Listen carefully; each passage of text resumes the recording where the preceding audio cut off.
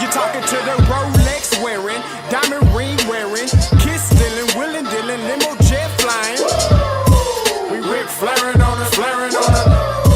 We Rick flaring on us. You talking to the Rolex wearing, diamond ring wearing, kiss stealing, willing dealing, limo jet flying.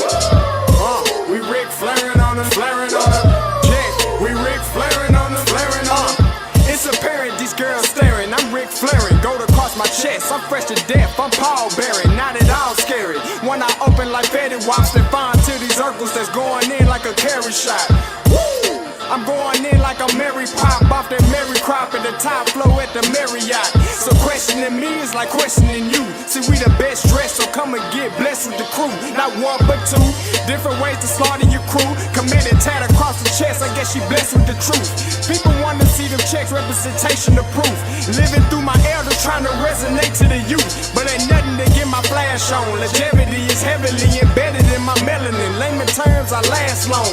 My grind repetitive, I'm smoother than real silk. Lyrical cash cow who can't cry over spilled milk. We in here. You're talking to the Rolex wearing, diamond ring wearing, kiss stealing, willing dealing, limo jet flying.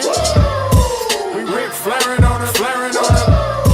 We Rick flaring on us. You talking to the Rolex wearing, diamond ring wearing, kiss stealing, willing dealing, limo jet flying. We Rick flaring on us, flaring on us. We Rick flaring on us, flaring on us. This ain't no normal situation, this preparation with greatness. Industry full of fakeness, it's really up for the taking. See, life is what happened to you, more so how you take it. Don't get stripped of your knowledge and mentally leave you naked. I like to live otherwise. I'm sorry that I'm fresh to death. I put the polo and apologize. See, black son, we ain't nothing like the mother guys. Quit to socialize, we organize, then we mobilize. Off the deep end like a scuba diver. And no confusion, just keep it pushing like Uber drivers. Woo! Business fresh just like a supervisor in a Gucci visor. Can't find a smoother rhymer. You're talking to the Rolex wearing, diamond ring wearing, kiss stealing, willing dealing, limo jet flying. We Rick flaring on us, flaring on us. We Rick flaring on us. You talking to the Rolex wearing, diamond ring wearing, kiss stealing, willing dealing, limo jet flying. We Rick flaring on us, flaring on us. We Rick flaring on us, flaring on us. Yeah, DQ baby. Shout out that boy Nigga for that fire track. Hey, Black Sun, sun up. What's up, Vinny Vegas? What in Vegas? Yeah. Shout out Pharaoh's Kids, D-Phase. Yeah. Bubba C. Yeah. Rick flaring on him. Rick flaring on him. Rick flaring on him. Rick flaring, son up, baby. Hey, yo, Scotty, you going crazy for this one. We see what you're doing, we salute you. Hey, let's get it started. It's Backpack Capital One. What's in your wallet? Got a call from my man A. Scott. I said I got it.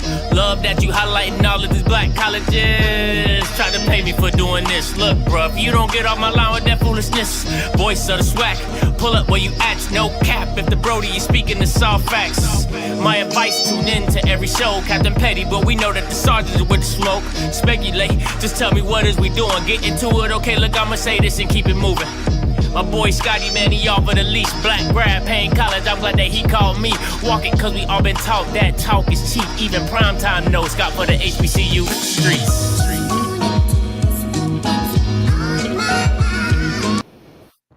What is going on, everybody? It's your boy Scotty, man, back with another one, man. Listen, this one is special to me, okay? Listen, I do a lot of things.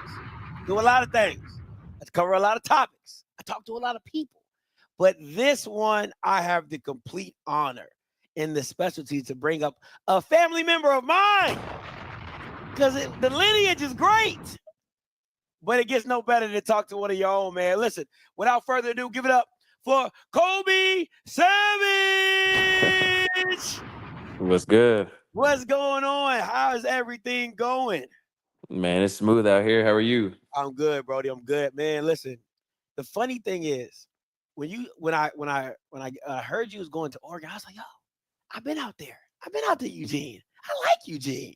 So I mean, it's different. It's different than Texas, but Yeah. it's a vibe though. It's a vibe. It's Mm. different, but it's a vibe though. So, but overall, how you been liking in Eugene? I like it. I mean, like you said, it's completely different. Like it'll rain a lot, but nah, it's cool. Like it's like a different environment that I'm blessed to be able to come out here and see. That's good. That's good. Now listen, Cole. This, I know you new to this.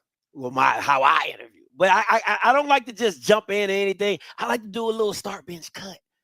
And Mhm. you are with one of the more premier teams, and we all know about the color combos and unis. I gotta get a start bench cut with the unis. I Okay. I gotta get a start bench cut with the. Now I know y'all got like 127 uniforms. This is ridiculous. I mean, y'all got, but I Yeah. need a start bench cut from the unis that you got on in this right here.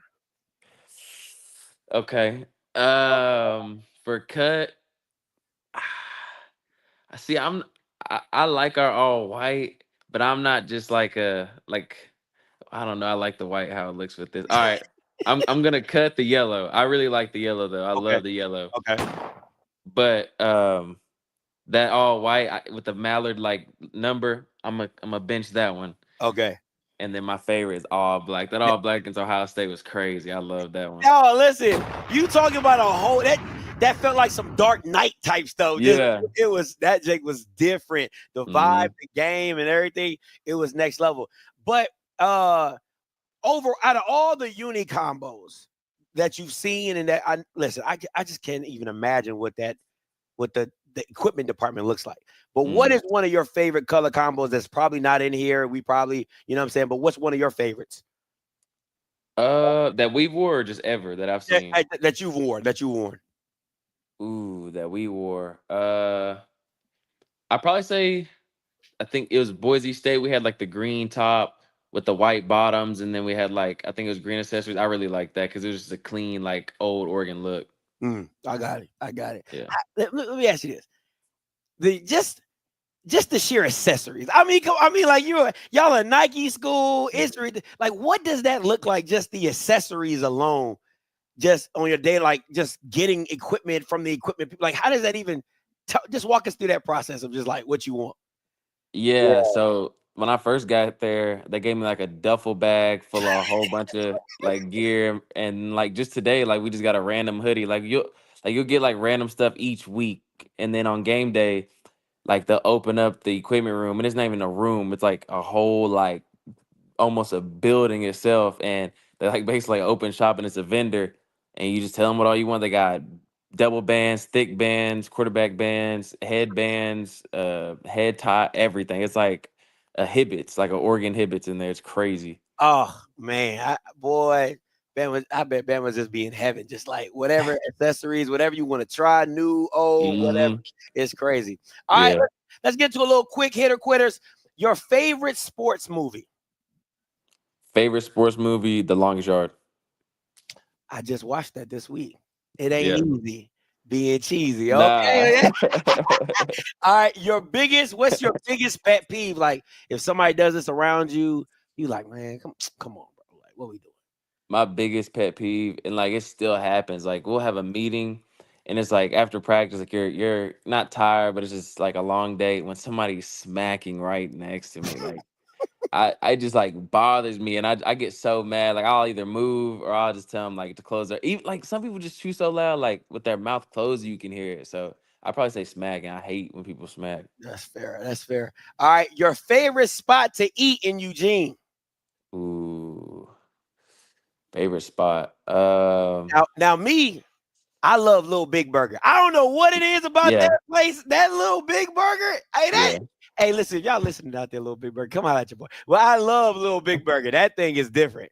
Yeah, that place is definitely. I got two spots that I really like. It's a pizza place. It's like homemade. It's amazing. It's called Hey Neighbor, and then it's a sushi place. It's called Sushi Pure, and they have black rice, but it's just normal rice. It's like food coloring, but it is crazy good. Like real authentic fish because we're right off the coast, so everything Yeah. is really fresh.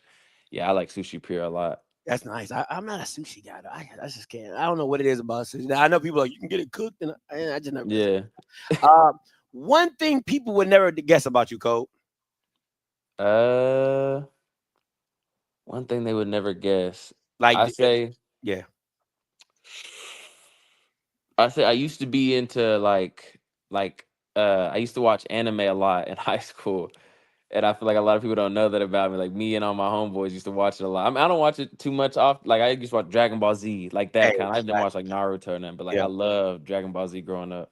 That's what's up. That's what's up. Mhm. Now, if money was not an option, what would you buy? If money wasn't an option, I'd buy a whole bunch of like fishing stuff. I'm not gonna lie, like over time, like I caught myself the other day when I had a rod, I was buying like a whole bunch of like just different baits and lures and stuff, and it like totaled up to like $200. Woo! So if that's what I'm saying, if I didn't have like to worry about money or anything, I'd just buy a whole bunch of fishing stuff and just go fishing all the time. I don't I don't know what listen, man. Everybody in the family fishes but me. Like I just can't get with it. Like it's slow. I just the Yeah. whole thing and waiting and you gotta go early, like Hmm. super early, and then you out there super to like the midday to it's I don't get it. It's never been my thing. Now, any pregame routines or rituals you have to do before a game. For sure. And I wouldn't even say like I used to be really superstitious about like certain things, but like one thing I'd say that's always like held consistent, like whatever league I was in was like I have to play or not play, I had to pray at least 3 times. Like when we first get there to when we walk out, stretch and everything, and then till like when we come back in right before the like game. Like I feel like me just being able to talk to God, I feel like I'm safe in a sense. Like I feel like I'm just like Mm, covered, I'm secured. And then like I like to like cut off any music or anything, like I'd say probably 15 minutes before and just listen, like listen to my team, just listen outside and close my eyes and like visualize myself making those plays out on the field. That's the three like I have to do, like regardless of where I'm at or who we're playing. I like that. I like that a lot. I like that. That's a new one. I've never heard it. All right, let's get into some little light questions. Who got you into football?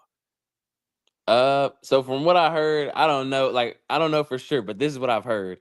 My grandmother, uh Tina Cox, she signed me up for flag football at this church league a while ago, and that's true. Like I know I got signed up for it, but I don't know if it was her for sure. But that's the story that I've heard. I don't want to make them mad or nothing, but yeah. So I played flag football when I was 4 at this church league, and I fell in love ever since. I love it. I love it. Now, growing up, did you play any other sports?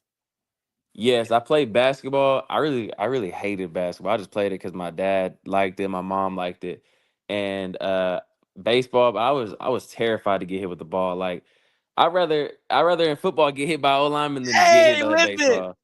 bro. I tell you, I was playing in 8th grade, and I went Hmm. out for practice, and the kid right before he was playing shortstop, the ball had skipped and missed his glove and hit him in the face. I dropped my glove right then and there and walked off I ain't never returned back to the baseball field after that. I said, this is not for me. And I love Yeah. football. Like, I don't know what it is. Dog, that ball be flying and zipping and Hmm. no, sir, not me. Exactly. I got to get no, I'm ducking on that one. I feel you on that one. Hmm. Now, before we go into who is which is my favorite son, listen, I gotta take you back. It took me way back, Hey! back down memory lane. You know, you gotta show them little highlights. I don't know if your people know that you used to be you, Yeah. you used to do that thing. All right, throw that thing, run that thing. It didn't matter. Back in them Paris Wildcat days. Look at him. Look at my yeah.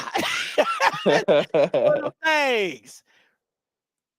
Man, how was that time at Paris, all district? You won some big games out there. Tell us about your time at Paris High down in East Texas.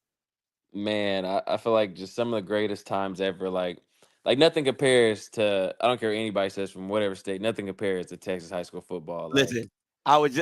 That was the next question. What makes Texas football so different? yeah, like just growing up, especially in East Texas, like everybody, like you had to play football. I feel like everybody played Got football, you. and Got then you. it weed people out, obviously. But nah, it was amazing. Like especially, I remember all the time. Like we go across town and play North Amar. They would shut the whole town down and play 'em. But it was just a special feeling, like growing up with those guys and then going out there playing ball. Like nothing really compared to it besides like doing something as special as this. So yeah, those are like amazing times. And I feel like what makes like Texas high school so different is like a lot of like other, I mean, they probably do it sometimes now, but a lot of people in Texas, like if you were in that area, you went to that high school and like you grew up with them, you played with them, and so Middle school everybody wanted to come see you. all the Yeah, way up. Yeah. exactly. So everybody wanted to come see you play and see y'all play together, and that's what made it so special and so big. And I think for Paris, anybody know he's from Paris, Texas, small town outside of what Blossom or where however you want Hugo, whatever direction you coming from, right? So, but the thing about Paris is like it's like a big mini city. It's kind of weird. Like Yeah. you got major industries in there, but it's still like a small town feel. So everybody knows everybody. Everybody like who your what's your last name? Yeah. Who you into? Okay, and then you kind of piece it all together. So when you go to middle school and elementary school together and middle school together, and then you hit Paris High, it's just like a whole family thing of just, hey, we've been playing for so long. These my guys, and we gonna just keep riding it out together. Exactly. So it's been a great, man. But let's get into a little. Let me ask you this: your best memory from high school before we go into who is. Best memory from high school. I'd probably say it was homecoming week. And so this week was kind of like reverse. Like, you play on Friday, you have homecoming, like the little pep rally, like I think it was you have it that morning. So it was gonna rain and the forecast said it was gonna rain Friday. So they switched the game to Thursday. Whoa. And we played Mount Pleasant and we like killed them, like beat them bad. And there was like a fight on the field and it was crazy. It was just funny watching everybody fight. And then we had the homecoming the day after the little like pep rally. And so I was in there or whatever, and I wasn't even thinking I was gonna get crowned. It was like me and three other guys. Usually like the band people win, so I was just cool being in it. So to my surprise, I got picked. Like I was the homecoming king, and like it was just crazy. And I was like, it was just a fun little week. Like we beat the mess out of Mount Pleasant, and then I got to be homecoming king. So that's probably my favorite. That's memory. dope. That's dope. All right, this next section is called Who Is. All right, so with the current players that you know on Oregon, you got to answer the questions. Gotcha. Who is the fastest player on the team? Devin Jackson. Devin Jackson. He's a linebacker. He's he's a second string linebacker, but next year he'll for sure be starting. He's a linebacker. I think he hit maybe 23 miles per hour for sure, like a high 22. Yes. And I think he won state in Nebraska. Yeah, he won state in Nebraska in the 100 meters. Ooh, Yeah. linebacker. Hey, that's how Linebacker. big is a kid? I want to say like 220, maybe 225. Moving like that, that's ridiculous. That is ridiculous. All right. Who on the team got the most swag? Got the most swag. Put that drip on. I say it's this freshman, but like he put some crazy stuff together. His name's Kamar Mathudi. He's a linebacker too. Boy, them linebackers tough, ain't they? Yeah, over here they different. West Hey, Coast. man. Now, who on the team will be late to their own wedding? You like, man, bro, like, come on, you can't never be on time. Bro, this dude named Brandon Johnson. His name's BJ. He's like a nickel for us, number 3. Like it's like he will get there early with us, and like the meeting will be like the meeting will be at 6:15. We'll all be sitting in the locker room. We all ready. He's ready. Like we'll walk up there, and he's still late. Like coach like tells me he has to be late. Like it's mandatory for him to be late for us to have a good meeting. Oh, that is too funny. You in the building, you right down the hall, and still late. Hey, that's different. That is different. Who would you take to be your wingman? You know, you trying to handle business over here. She got a friend that you need somebody to go occupy that attention. Who would you take to be your wingman? I'd say a dude named Xavier Watson. Like that's my guy. Like when it comes to any like family members or anything, like if I need somebody to substitute in for me, like Xavier is probably like the best gift of gab ever. I like it. Shout out to X. All right, last one. Poe, do you have a sister?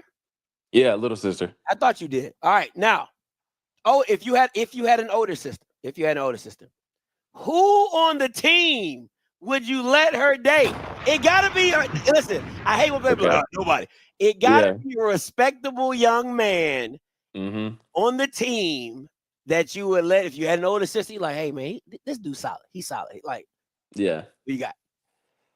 I say this kicker, our kicker, his name's ASAP or What is Atticus. always the special teams guy? Cause they're not gonna do nothing. Like they're not gonna do nothing crazy. They're always secure guys. Like he'll dress up. Like his name's Atticus Sappington. I'll let him date my sister if I had to pick. Not a wide receiver. No, Not a, no, no, not nobody in the DB unit. No, none of them. no defense for sure. Not defense for sure. Oh my god. Oh man, shout out to you, Atticus. Man, even the name just sounds professional. I like it. Yeah. Now, because your journey has been different. I mean, if they had you and Cam Ward to me would be like the poster boys of the transfer portal of what it could do for your potential to get spotted and to move up. You know, starting at Texas A&M Commerce, why Texas A&M Commerce from the beginning? Yeah, like coming out of high school, I didn't even have any JUCO offers. I just had straight NAI in Division 2, and so Commerce was like the best one in my opinion. And it was literally 20 minutes from my house, so that's the main reason why I went there. And I mean, I wouldn't say I was just the happiest on signing day. Like you can see some of the pictures, I was upset to go D2, and some of my homeboys were going D1. But yeah, that was the closest thing to the crib. Now you win a national championship at Texas A&M Commerce. You leave there, you go to TJC. Yeah, so my freshman year, I was there. I redshirted at Commerce that fall, and then transferred to TJC because I was only on partial scholarship. D2 only gave out so many scholarships, so yeah, I ended up going to TJC, and Which is literally right down the street from yeah, the crib again. I mean, you always getting home cooking at TJC. You yeah, know what I'm saying? exactly. So how was that experience? I mean, you end up balling out at TJC, they give you opportunity, you're shining. How was that experience? Because a lot of people have a bad JUCO experience. You being so close to the crib, family right down the street. How was your experience? No, yeah, like you said, like a lot of people, especially even at Tyler, like people from right by the crib too that lived in Tyler or maybe Kilgore, like had horrible experiences. But yeah, I'd say like when I had got there in the spring, like it was definitely tough. Like I was coming in as a D2 transfer. Like most guys come in from like D1 bounce backs, like you know what I'm saying, like all types of different breeds of people. And nah, yeah, at first it was definitely tough, but like I had a couple of my high school teammates transferring with me, and one of my cousins came with me as well, and so we just had fun, made the most out of it. I made like some of my most special bonds there, and then that fall, like I had an amazing season. I had a great coaching staff to push me, and just like I was like super hungry just to make it. I just needed one D1. Like my first offer was actually Arkansas Pine Bluff. That was the first Division Shout One. out to HBCU, baby. They Yeah, see the talent. They saw the talent. All yeah. right. So you ball out your fall year. You're Mhm. getting what were your top 3 offers coming out that you were just like, hey, these are my top 3 guys? Yeah, Old Dominion, North Texas, and then K-State. K-State came literally like the day of my bowl game at JUCO, so it was like the very end of the season. K-State came, so those are my biggest. I like it. I like it. Now, shout out. I don't know if you know, Stubblefield's my guy. Like Yeah, me and Reggie, we cool. And I told yeah, him, I said, you know, Kobe's family. He's like, oh, that motherfucker a dog. Oh, excuse me. But that's what he said in the when we talked about it. But what made K-State the right fit? Because I know in every player in their heart want to play with the big boys, right? Like, but hmm what also on top of that, what made K-State the right fit for you? yeah. So like when they first offered me, like it was a no brainer. I already knew I was gonna go there just because they were Power 5. Like I wanted to play on the big stage with everybody, and then I feel like the no brainer was just like you said with Reggie, like they had guys like Reggie and Russ and Jude, just all different types of DBs who are like just going crazy that year. And I was like, dang, like I want to be a part of something like that, but I want to do it like even bigger than that. Like I want to make a bigger name for myself, and like I had talked to Reggie, chopped it up with him. He was saying like it was a great place, a great fit for him. So that was just a no brainer at that point. Yeah, and you know, Reggie coming from Prairie View, being all Yeah. SWAC and all first team this and first team that, and being in a very highly touted DB. And, Hmm. when I talked about him with his Kansas State, I mean, he raves about Kansas State. What is the environment like there? Because I mean, he talks just about the crowd and the people and the Yeah. stadium so what is it about Kansas State that just has that draw? Like on game day, like Manhattan gets crazy. Like you just see a sea of purple, like the fans, because all you got there is really K State football, KU basketball, and then the Chiefs. Like so they're showing out like on game day, and it's amazing. Like you said, like the people there, all the fans, they're really diehard. Like there's one family there to this day. It's so crazy.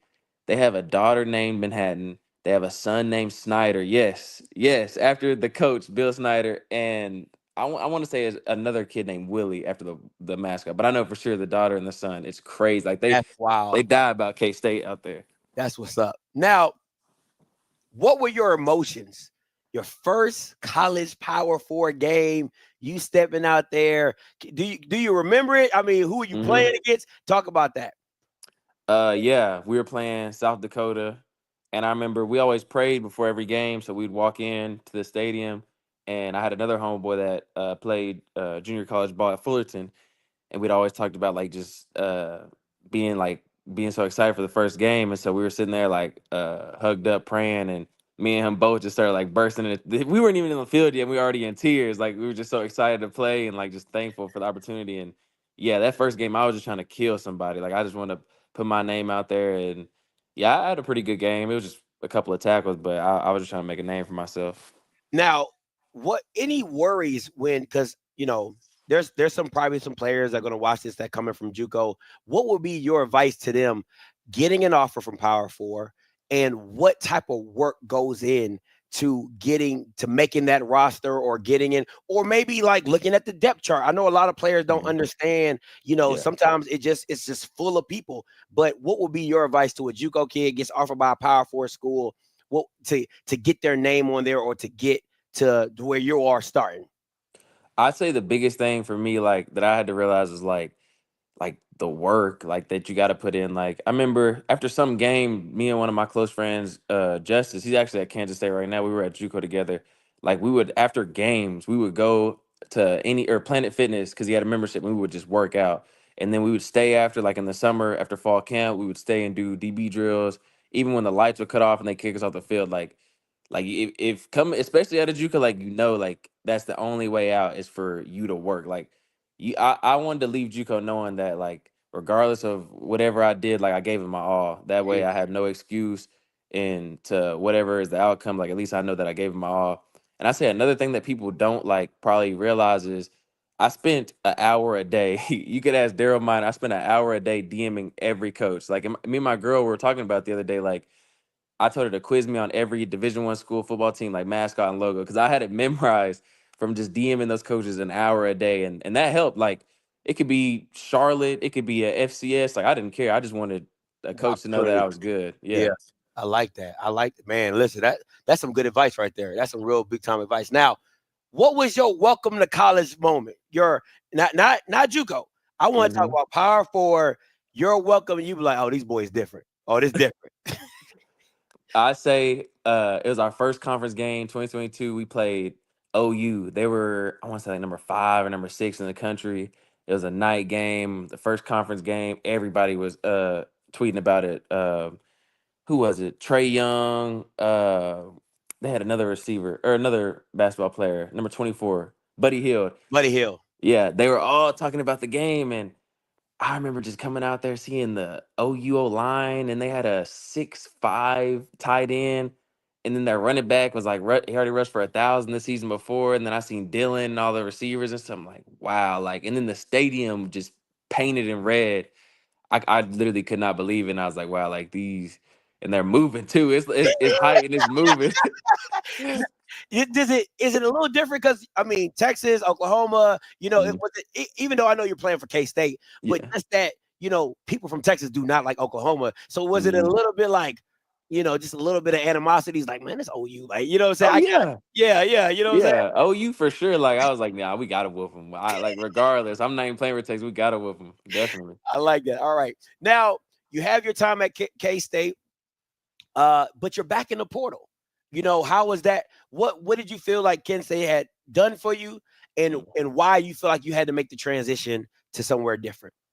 Yeah, I felt like I put a solid 2 years in at K-State, and really, I just wanted my last year to be like I wanted to go out with a bang. I wanted to win something bigger than just the conference. Like I wanted to like obviously go out for the CFP and different stuff like that. So I just seen what Oregon was doing with their safeties and like all the success like they had in the past 2 years, and I was like, man, like there's no way like I'd go there and not have success. So and also like the scheme at K State is a little different than like most NFL teams. And Oregon runs like a normal 4-2-5 with the 4-3 base, having a nickel out there on the field.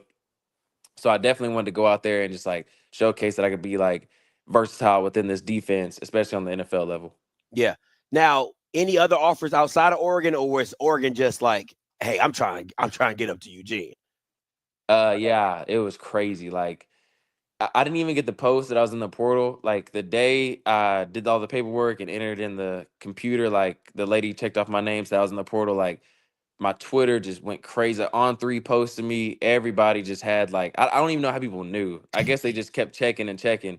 That's And yeah, ridiculous. That's crazy. yeah, it was a whole bunch of like Auburn, Tennessee, um, Georgia had hit me when I was up here. Washington, it was crazy. Now, you get all these offers, you get all these I'll say these inquiries, to see, what they would do. Why? I know you explained the defense, but outside of the scheme, what about Oregon made you feel like, hey, this is right for me?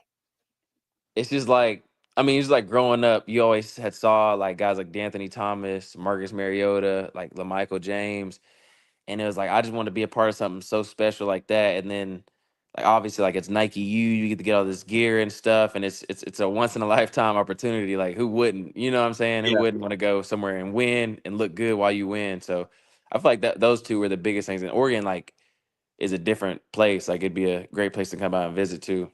It is. No, listen, anybody who hasn't been out to Oregon, Eugene, hey, check it out. It's different, but it's a vibe, though. It's different, but it's a vibe. It really is. What is it like playing for Dan Lanning, and what makes Dan Lanning so special? He just has a youthfulness about him as a coach that when I hear him talk and I hear him in his press conference, he's just a great motivator. What is it about him? Yeah, I feel like you said, he's a very young coach. Like he's hip to everything. Um, he's always like there, like and he knows and doesn't forget anything, which is crazy. Like he like really lives and breathes football. Like he'll remember. I bet if I asked him today, he'd remember a play or a walkthrough I messed up on Wow. when I first got here in July. Like he studies different tendencies on teams. Like we'll do situational awareness, like just all different types of stuff that we could help win us the game, like psychological warfare, like how we played Wisconsin and they had a jump around song in the third quarter. We were down 6. Like a lot of people seen that we were down 6 and we were jumping around dancing to that song. And I feel like it just changed the game after that. Like offense went out and scored. We shut them out. We had 2 3 and outs on him. So like he just does different little things like that to make you like really buy into what he's saying. And obviously it's showing on the field, like us being 11-0 this year. I think that it goes to what Dan Lanning is as a coach, because he already prepared you for the moment. I think that's the crazy part about it. Yeah. The way he broke it down in the meeting, and I'm gonna play the video for people to see if you didn't see it. He had already planned for it to change, even though he didn't know if he was gonna be up or down, but just to change the mentality of the team. And here it is.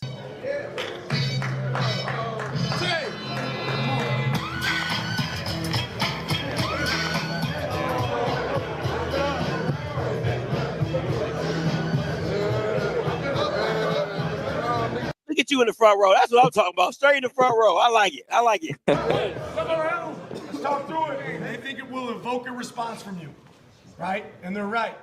Right? Anybody familiar with Pavlov's dog? Every time you rang the bell, the dog salivated because the dog associated the bell with the food. Again, we know from a dopaminergic perspective, the dopamine was released into the dog's brain, and the dog's like, I want food now. In this game and throughout this week, you're going to hear this song, and it's going to release dopamine in your mind. And it's going to tell you that you're hungry to go eat. And whenever we hear this, I want our temperature to change. I want the temperature of the room to change, right? When we hear it at practice, I want you to say to yourself, it's about to get serious. When that song comes on, whether it's in practice, I want you to reset your mind for what you're about to do. That to me is amazing. Just the simple fact of you explaining you were down 6 when this song came on, and he had already prepared y'all during the week of that the mentality of my team has to change at that particular moment. And what better way than to come back down 6 to end up winning the game? Speak to a little bit of that with Dan. Yeah, and like you saw, like we have these huge speakers at practice, and so every time they play it, like they play right before like team run or team third down, so like you have to get real, like you have to lock in whatever you're doing and like turn it up just a little bit more, like giving that extra effort for your brother. And so we knew like, especially at Wisconsin, like I'm not gonna lie, like they definitely had a home field advantage, like with the crowd there, with all the noise and all the extras there. Even their record may not have shown for it, but they have great fans there at Wisconsin, so. Yeah, I feel like definitely like it showed up again, coming back from that lead that they had, being able to come out and pull the win through. And listen, and I want to talk to you about some of your close games, Boise, Ohio. This one, the mentality that you guys, especially in the Ohio State game, where you guys had to knuckle up last drive and get those stops. How does Dan Lanning prepare you for those moments? And defensively, how do you guys take on that burden to say, "Hey, we got to make plays and we got to do what we got to do"?